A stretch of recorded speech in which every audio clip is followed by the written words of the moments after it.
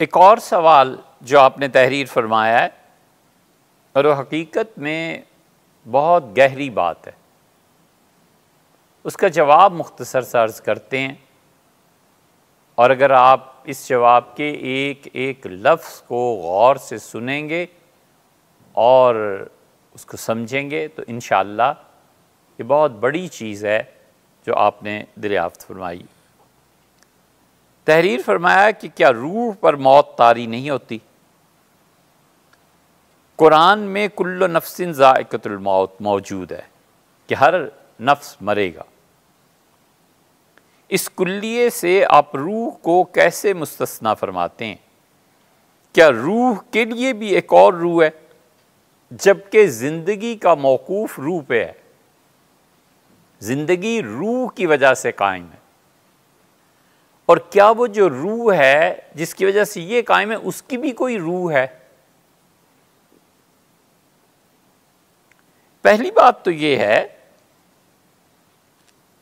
कि जिस चीज़ को ये निस्बतन इतनी अहम नहीं है, जो आगे चल के बात आ रही है, जिसको आप रूह कहते हैं, इसकी कई किस्में हैं।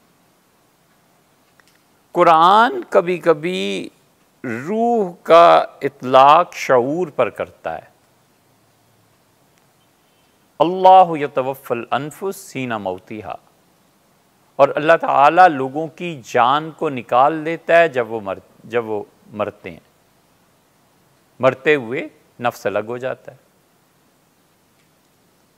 वल्लती लम तमुत, और जिन पे मौत वाक़ई नहीं होती, फ़ी मनामिहा, जब वो सोते हैं तो उनकी रूह निकाल ली जाती है। ये है शऊर।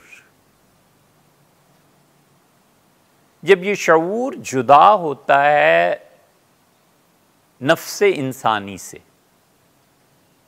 तो फिर अल्लाह इसके लिए कायनात में जो दिखाना चाहते हैं दिखा देते हैं। इसको कभी कभी अल्लाह आलम अमर में ले जाते हैं, और इसको कभी कभी अल्लाह जन्नत और जहन्नुम में ले जाता है, और इसको कभी अल्लाह अर्श के तहत कर देता है, और इसको कभी अल्लाह लोहे महफूज की ज़ियारत कराता है, और इसकी वजह से वो जो कुछ इसने देखा होता है वो सच्चे ख्वाब की सूरत में लोगों के सामने आ जाता है। और इसको हुज़ूर अक़दस सल्लल्लाहु अलैहि वसल्लम ने फरमाया था कि नबूवत में से कोई चीज़ बाकी नहीं रही इल्लल मुबश्शरात, सिवाय खुशखबरी की बातों के। रुयतुल मोमिन, मोमिन इंसान का ख्वाब देखना, यारा वो देखता है, औ तोरिया लहू, ये उसके लिए कोई और देखकर और आदमी उसे इत्तला देता है। कुरान कभी इस पे भी इतलाक़ करता है। कभी कुरान रूह का इतलाक़ करता है फरिश्ते पे, नज़ल बिहिर रूहुल अमीन, जिब्रील अमीन को रूह करार दिया है। कभी कभी कुरान रूह का इतलाक़ करता है वही पे। अलगर्ज़ जो आपने ये फरमाया है ना, रूह, उसके इतलाक़ात कुरान करीम में मुख्तलिफ हैं।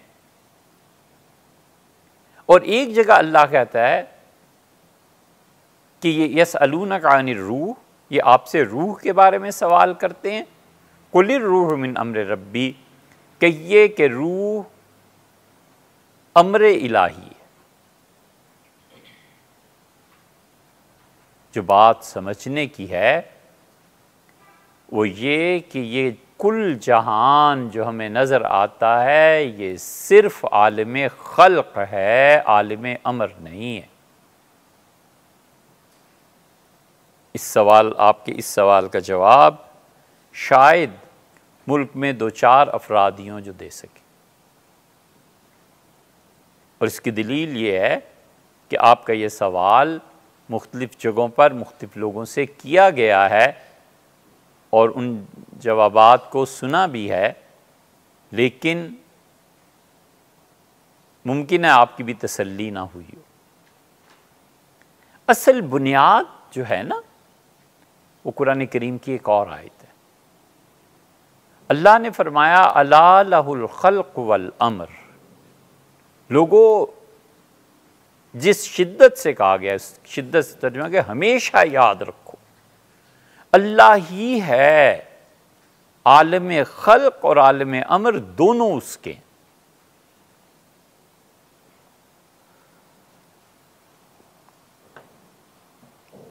आलम खल्क और आलम अम्र दोनों उसके।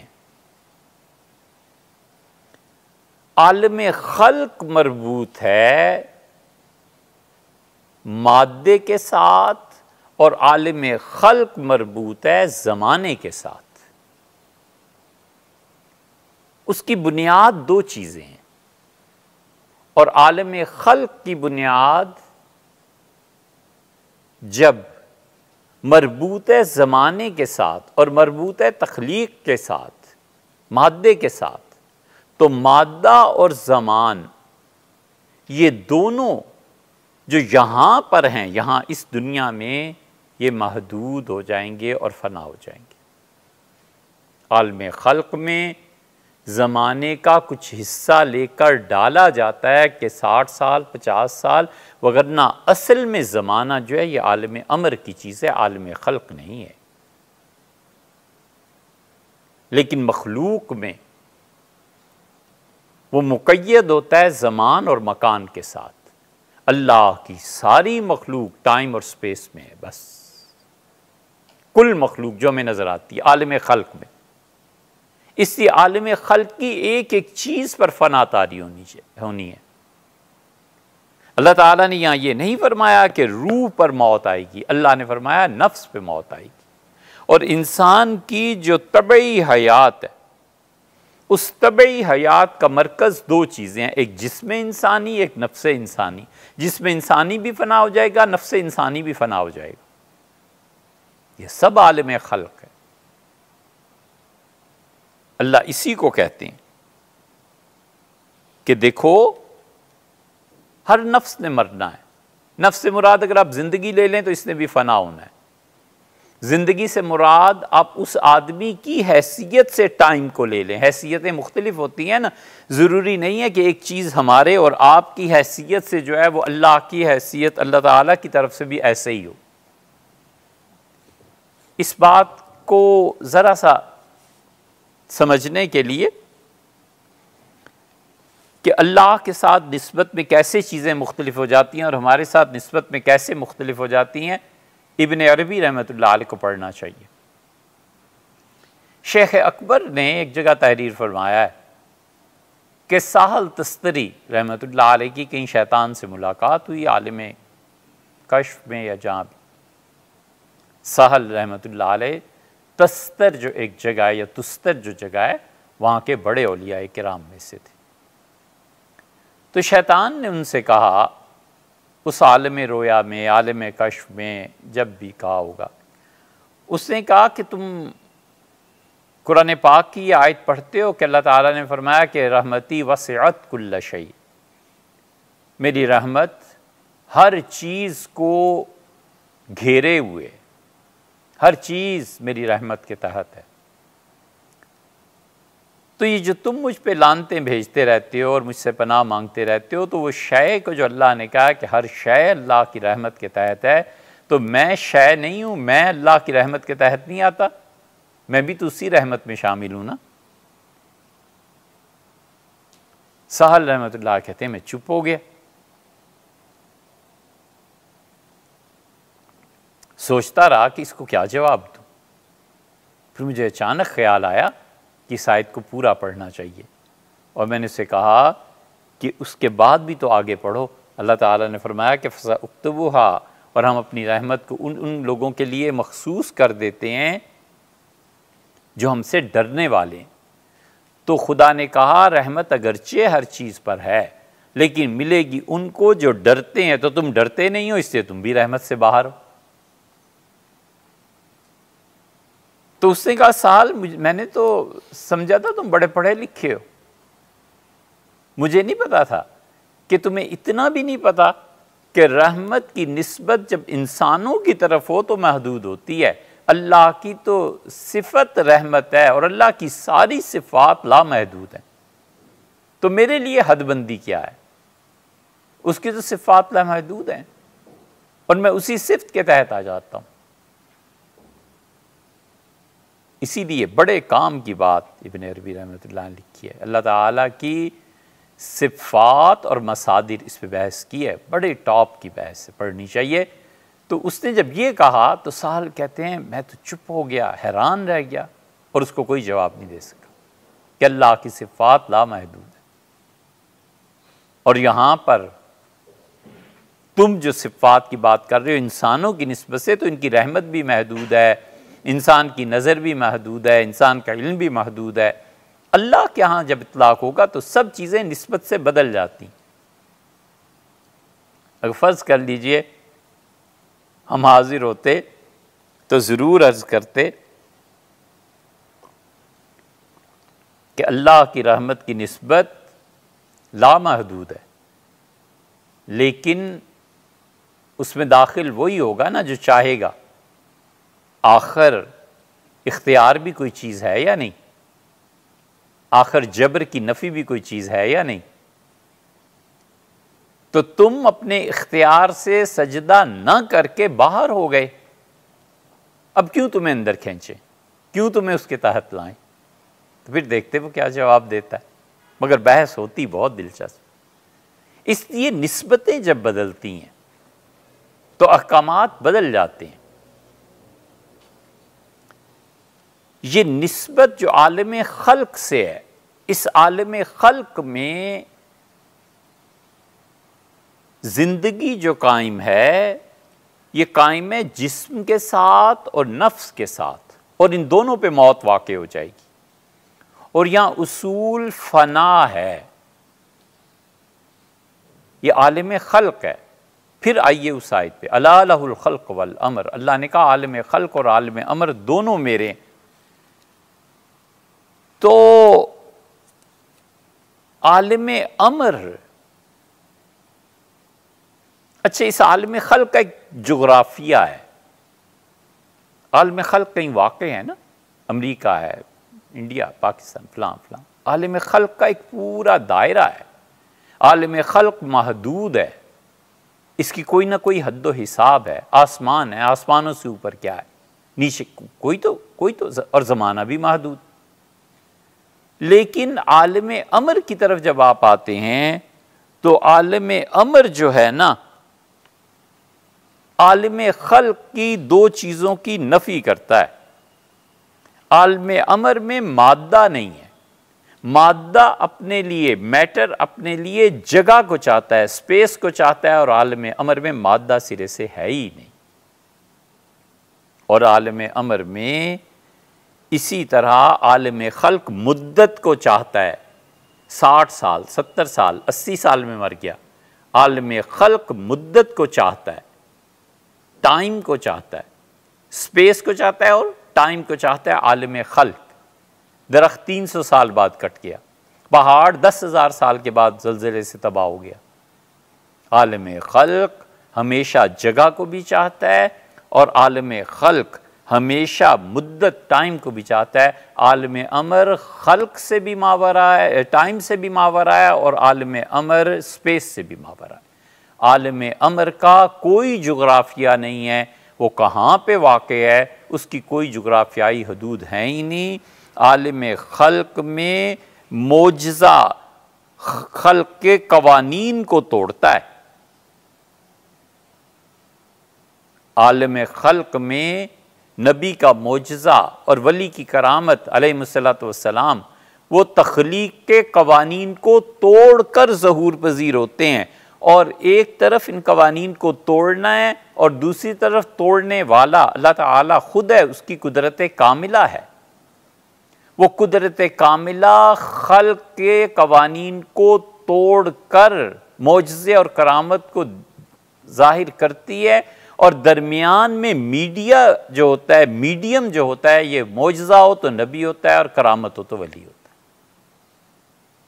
ये आलिम खल्क है। आलिम अमर इन दोनों चीज़ों से मावरा है, ना उसमें टाइम है, ना उसमें स्पेस है, न मकान है, न ज़मान है। जब आलम खल्क से आलम अमर मुमताज़ हुआ और उसमें ये दोनों चीज़ें नहीं हैं, तो फिर वहाँ का उसूल, आलम खल्क में उसूल फ़ना था, वहाँ का उसूल बका है। इसलिए रूह मुस्तस्ना है और बाकी। ये है आपके सवाल का जवाब। आलम अमर में जितनी चीज़ें आती हैं वो बका है, वहाँ का उसूल बाकी रहना है, वहाँ का उसूल फ़ना नहीं है। यह आलम खल्क का उसूल है। इसलिए अल्लाह ने फरमाया कुल रूह मिन अम्र रब्बी, कि ये रूह अमर है रब का, मेरे परवरदिगार का, क्योंकि रूह आलम अमर से। अगर यहाँ तक की बहस ज़हन में उतर गई हो, अब देखिए आप कुरान क्या कहता है। कुरान वही को भी आलम अमर से ताबीर करता है। अल्लाह ताला ने वो अहकामात जो आसमानों को दिए, अल्लाह ताला ने एक जगह कुरान करीम में फरमाया है कि औहा अमरहा, अल्लाह ने अपने आलम अमर को आसमानों में नाफिज किया। आलम अमर में जो चीज़ चली जाती है वो फ़ना की बजाय बका के उसूल पे चली जाती है। इसीलिए सैयदना मसीह अलैहिस्सलाम के मुतालिक जो कहते हैं ना, वो आएंगे तो क्या ज़माने का असर नहीं हुआ होगा, वहाँ खाते कैसे होंगे और पीते कैसे होंगे। और हुज़ूर सल्लल्लाहु अलैहि वसल्लम वहाँ से गए और फिर तशरीफ़ ले आए और इतनी एक रात के, अरे यार वो आलम खल्क से निकल के आलम अमर में चले गए थे। सैयदना मसीह अलैहिस्सलाम आलम खल्क से निकल के आलम अमर पर चले गए हैं। वो जिस हालत में उठाए गए थे आलम अमर में, ना टाइम है ना स्पेस है उसकी, तो वो जब आएंगे वापस तो ऐसे ही आएंगे, ज़मान व मकान से मावरा। वहाँ अगर 32-33 साल की उम्र में उठाए गए तो 33 साल की उम्र में ही वापस आएंगे ना। हुज़ूर अक़दस सल्लल्लाहु अलैहि वसल्लम मिराज में गए थे, मुमकिन है आलिम खल्क में मुमकिन है 10,000 साल गुजर गए हों, लेकिन वो आलिम अमर में दाखिल हुए और जैसे दाखिल हुए वैसे तशरीफ भी ले। इसलिए वही आलिम अमर में अल्लाह ताला ने कुरान करीम में बताया है कि अल्लाह की वही आलिम अमर में से ये आलिम अमर जो है ना, ये ऐसी चीज़ है कि इसमें जो चीज़ पहुंच जाती है, या खुदा कभी आलम अमर से किसी चीज़ का इंकिशाफ फरमा दे तो वो खल्क के कवानीन से निकल जाता है। अंबिया अलैहिस्सलातु वस्सलाम की बहुत सी बातें ऐसी मिलेंगी जिनका आलम खल्क से ताल्लुक़ नहीं था। लोग चूँकि आलम अमर के उसूल को नहीं जानते कि वो टाइम की बुनियाद पर नहीं, वो स्पेस की बुनियाद पर नहीं, वहाँ का उसूल फ़नानी बका है, बाकी रह जाना है, तो इसलिए वो उलझ जाते। ज़माना आलम अमर में से, इसीलिए तो ज़माने की तशरीह कोई नहीं कर सका। अरस्तु जैसे आदमी से पूछा गया, ऐसा फाजिल आदमी, कि टाइम क्या है, ज़माना क्या है, तो उससे कहा मैं बता दूंगा। और फिर मौत से पहले उन्होंने इकरार किया, उन्होंने कहा मैं नहीं समझ सकता, आलिम अमर है। इसीलिए अल्लाह आगे कहता है वमा ऊतीतुम कुल रूह मिन अम्र रब्बी वमा ऊतीतुम मिनल इल्मि इल्ला कलीला, और बहुत थोड़ा इल्म तुम्हें दिया गया है। किस चीज़ के बारे में? आलिम अमर के बारे में। आलिम खल्क है, डॉक्टर्स ने एक एक नस अलग कर दी है इंसानों की, एक एक ज़र्रा जिसमें इंसानी का, उस पर उन्होंने बहसें की हुई। आलिम अमर में जाए ना, कुछ पता नहीं। रूह आलिम अमर में से है, ज़माना आलिम अमर में से, वही आलिम अमर में से, इसलिए लोगों की अक्ल वहाँ तक नहीं पहुँचती। वही इंसानी अक्ल में आ सकती है? कभी भी नहीं। जहाँ इंसानी अक्ल अंधी हो जाती है वही वहाँ से हाथ पकड़ के उसे आगे चलाती है कि आगे चलो। ज़माना और टाइम क्या है, इसकी तशरीहात करते रहिए, करते रहिए, करते रहिए। राजी और अबू अली सीना और इन फाराबी, इन लोगों को पढ़िए आप, मौल्लम सानी कहलाते हैं। मौल्लम अव्वल अरस्तु और मौल्लम सानी हमारे यहाँ फाराबी कहलाते हैं। शारे हैं अरस्तु के, कमाल के शारे हैं, लेकिन ज़माने पे इतनी गुंजलक और इतनी पेचीदा मुबाहिस हैं कि अगर कोई आदमी समझ भी ले तो आलम अमर पूरी तरह गिरफ्त में नहीं आता। इस आलम अमर में जब अल्लाह ताला किसी को दाखिल करता है तो नतीजतन वो बातें भी फिर हर आदमी की समझ में नहीं आती जब तक कि आलम अमर का कम से कम इल्म ना हो। मसलन कुरान करीम में आया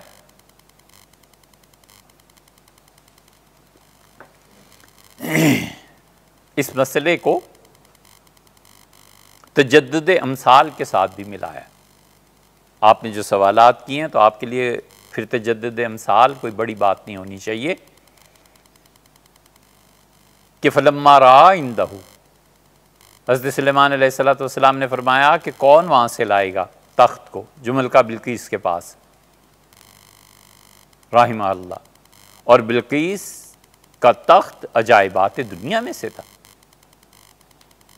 और उन्होंने देखा तो उनके पास ही था। किसी ने कहा मैं इतने वक्त में इतने, और फिर एक खड़ा था जिसे अल्लाह ने किताब से इल्म दिया था, उसने कहा मैं और फ़ौरन के फ़ौरन तख्त सुलेमान अलैहिस्सलाम के पास आ गया। इसका ताल्लुक़ तजद्दुद अमसाल और आलम अमर से है। हज़रत सुलेमान अलैहिस्सलाम की ज़िंदगी में ऐसे वाक़यात पेश आए हैं जो आलम अमर को अगर ना माना जाए या निकाल दिया जाए तो अक़लन उसकी कोई तोजी मुमकिन ही नहीं है।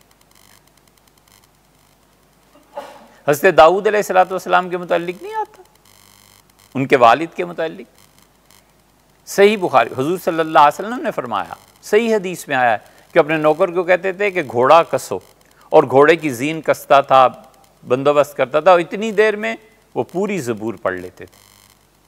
ये टाइम के साथ था ना, ज़बूर पढ़ते हुए मसलन 4 घंटे लगने थे, वो 10 मिनट में पढ़ लेते थे।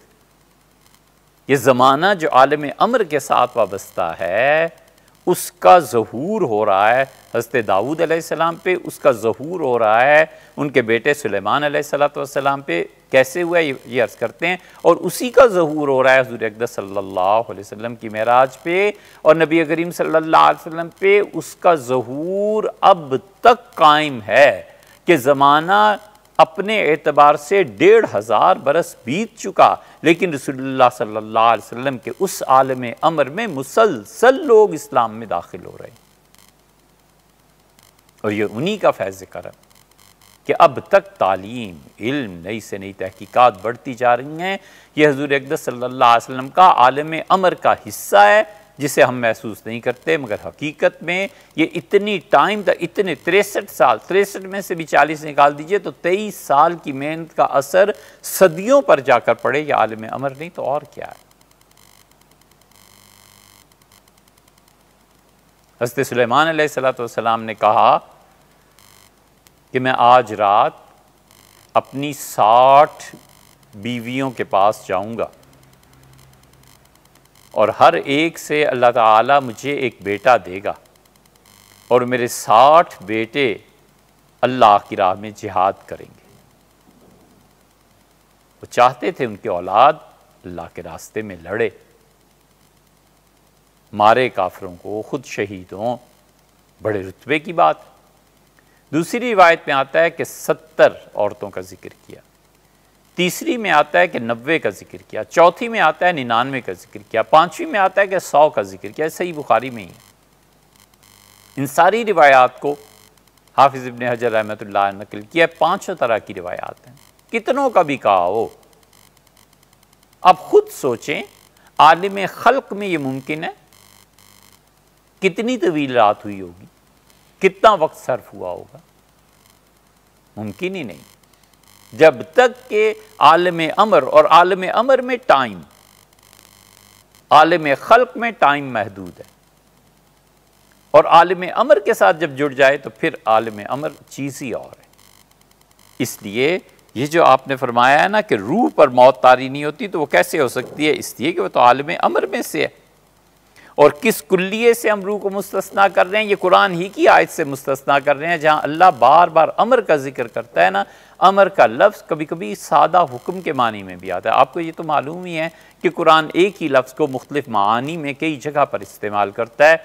तो जिस जगह पर सियाक़ो सबाक़ के एतबार से जो माना मुतय्यन होते हैं उसकी रोशनी में देखना चाहिए। और रूह के लिए भी कोई रूह है, रूह के लिए कोई रूह नहीं है, वो खुद आलम अमर में से। इसलिए ऐसे सवालात नक्शबंदिया सिलसिले के सालिकीन कभी कभी किया करते हैं, और वजह ये हो जाती है कि उनके जो मशाइख होते हैं ये आलिम अमर के लताइफ से उनका सलूक शुरू कराते हैं, और लताइफ सित्ता की तालीम आलिम अमर की देते हैं, आलिम खल्क की नहीं। तो आलिम अमर में से इनको कभी एहसास होता है सालिक को और कभी नहीं होता। वो तजल्लियात जब इधर पढ़ना शुरू होती हैं ना, तो फिर ऐसे सवालात कभी कभी किसी के जहन, ज़हीन आदमी, ज़हीन सालिक हो ना, उसके जहन में आते हैं। और शेख अगर पढ़ा लिखा ना हो, शेख ने इन चीज़ों को ना पढ़ा हुआ हो, तो सालिक के लिए अज़ाब जान बन जाते हैं ये सवालात, क्योंकि उसके जवाब मिलते नहीं। शेख ने अगरचे आलिम अमर को ख़ुद भी किसी हद तक तय किया हुआ होता है, लेकिन उनके पास इल्मी ताबीरात नहीं होती। वजह उसकी ये होती है कि उन्होंने मुताला नहीं किया हुआ होता।